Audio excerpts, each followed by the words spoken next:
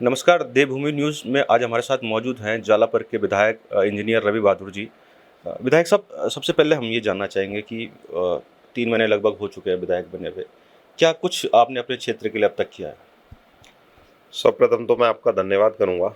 देखिए, अभी 3 महीने हुए हैं और 3 महीने में मेरी विधानसभा हरिद्वार ज़िले की सबसे बड़ी विधानसभा है और मैंने उसका एक खाका आधी विधानसभा का तैयार किया है, पूरी का नहीं किया है अभी, क्योंकि विधानसभा बहुत बड़ी है। और अभी जितना भी हम ग्राउंड लेवल पे चीज़ें कर सकते थे, जितनी भी योजनाओं का लाभ उठा सकते थे, सबके प्रस्ताव ऑलमोस्ट हमारे पास तैयार हैं।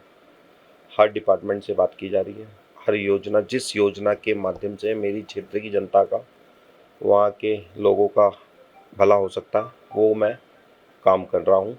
और मैंने सारे ही ऑलमोस्ट प्रस्ताव तैयार कर लिए हैं, चाहे वो पानी के हो, सड़क के हों, जल निकासी के हों, टंकी के हों और सफाई को लेके हों, चाहे फिर वो नाले की सफाई को लेके हों।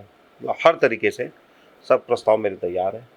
बस अब मैं धीरे धीरे उनको भेज रहा हूँ, अधिकारियों से बात कर रहा हूँ, डीएम से बात कर रहा हूँ, जिले के अधिकारियों से बात कर रहा हूँ, एसडीएम से बात कर रहा हूँ। अब शासन में भी कुछ फाइलें वहाँ से निकल पड़ी हैं, शासन में आनी है। यहाँ भी करके हम सब काम वहाँ की क्षेत्र की जनता का कराने का पूरा प्रयास चल रहा है।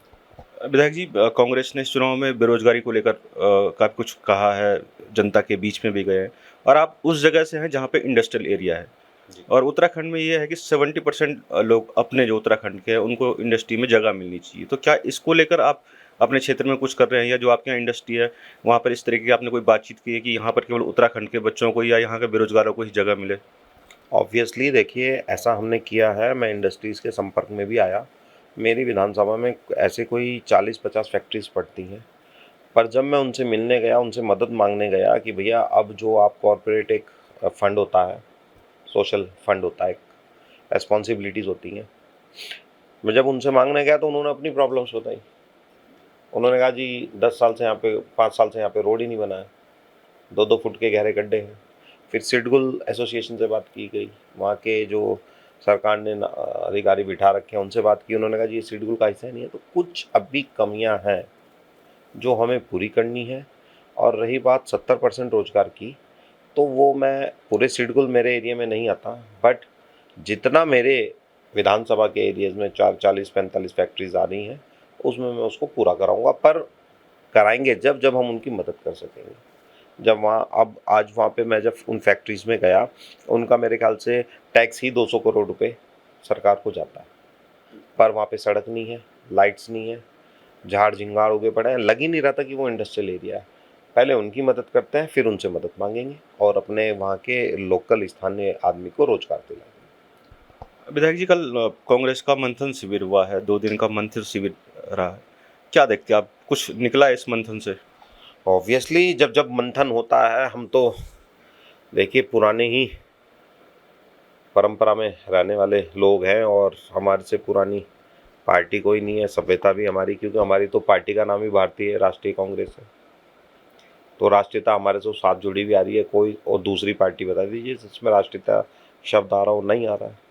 तो जाहिर सी बात है, जब जब मंथन होता है तो कुछ ना कुछ चीज़ें निकलती हैं, विष भी निकलता है और अमृत भी निकलता है।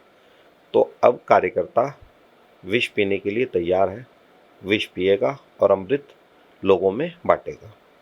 कि उम्मीद है कि कुछ अच्छा होगा इन आने वाले टाइम पे? जी, ऑब्वियसली अच्छा होगा। अब इससे ज़्यादा बुरा हो नहीं सकता कि सब कुछ होने को तैयार था। प्रदेश की जनता भी चाहती थी। इतनी महंगाई, बेरोजगारी, झूठे जुमलेबाजी, जब जब हम नौकरी की बात करते हैं, रोजगार की बात करते हैं, ये मंदिर मस्जिद की बात करते हैं। जब जब हम डेवलपमेंट की बात करते हैं, ये कब्रिस्तानों की बात करते हैं। तो जाहिर सी बात है, लोग सब समझ रहे हैं। लोग इतने जो हैं, वो भी नहीं हो सकते, क्या कह सकते हैं उसको हम, लोग इतने उसमें मूर्ख भी नहीं बन सकते इन लोगों से कि इनकी सुनते ही रहेंगे। अब वो बिल्कुल घड़ा भर चुका है और अब वो छलकने को तैयार है, फटने को तैयार है। जाहिर सी बात है, कांग्रेस ही अपना काम करेगा, बाकी जनता जनार्दन है, डिसीजन इनको लेने हैं। पर हम लास्ट की पंक्ति के व्यक्ति तक जाएंगे। आखिरी सवाल आपसे, कल का जो चुनाव हो रहा है, मुख्यमंत्री एक तरफा जीते हैं, पहली बार किसी कांग्रेसी का यहाँ पर जमानत जब्त हुई है, तो आप किस तरीके से देखते हैं? एक तरफ मंथन शिविर हो रहा था, दूसरी तरफ इस तरीके का परिणाम निकला है, तो इसको लेकर क्या कहेंगे आप?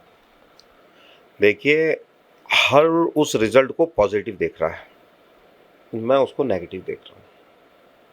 ये मेरे से ज़्यादा आप जानते हैं कि वहाँ पे क्या-क्या दुष्प्रचार हुए हैं, लोकतंत्र की हत्या कैसे की गई है, एसडीएम, डीएम वहाँ पे क्या कर रहे थे, मूक दर्शक बन के बैठे हुए थे, बीजेपी के एजेंट्स का काम कर रहे थे, कार्यकर्ता होने के अपनी जिम्मेदारी निभा रहे थे।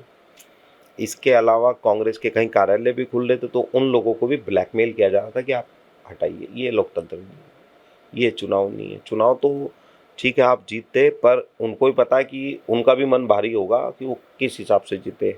अब इसमें पॉजिटिव चीज़ जो मैंने शब्द आपके सामने यूज़ किया वो ये है कि 93% वोट मिला है।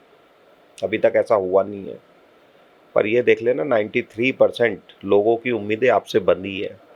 आप 5 साल तो क्या 10 साल भी एक टांग पे खड़े हो जाओगे, उन 93% लोगों की उम्मीदों पे खरा नहीं उतर पाओगे। और वो भी जब जब आपकी पार्टी की नियति है कि झूठ बोलना है, झूठ के सिवा कुछ बोलना नहीं है, रोजगार पे आपको बात नहीं करनी है, विकास पे आपको बात नहीं करनी है। आज 4 धाम आप कहते हो आइए आइए, और आप हिसाब वहाँ का खस्ताल देख लीजिए, हम चाह के भी नहीं जा सकते, रोड पे जाम ही जाम है, लोग कारों में अपनी सो रहे हैं, सुबह को उठते हैं फिर कार लेके चल देते हैं। तो स्थिति खराब है, और वहाँ की 93% कब 13% हो जाएगी पता नहीं चलेगा। बिल्कुल, ये थे इंजीनियर रवि बहादुर ज्वालापुर के विधायक, और साफ कहना है कि नए क्लेवर में अब आपको कांग्रेस नज़र आएगी। इस मंथन से बहुत कुछ निकल के आने वाला है। ये तो समय बताएगा कि कांग्रेस किस तरीके से अपनी रणनीति में आगे काम करती है, लेकिन उम्मीद है कि कांग्रेस एक बार फिर अपना संगठन यहाँ पे तैयार करे और लोकतंत्र को मजबूत करे। देवभूमि न्यूज़, देहरादून।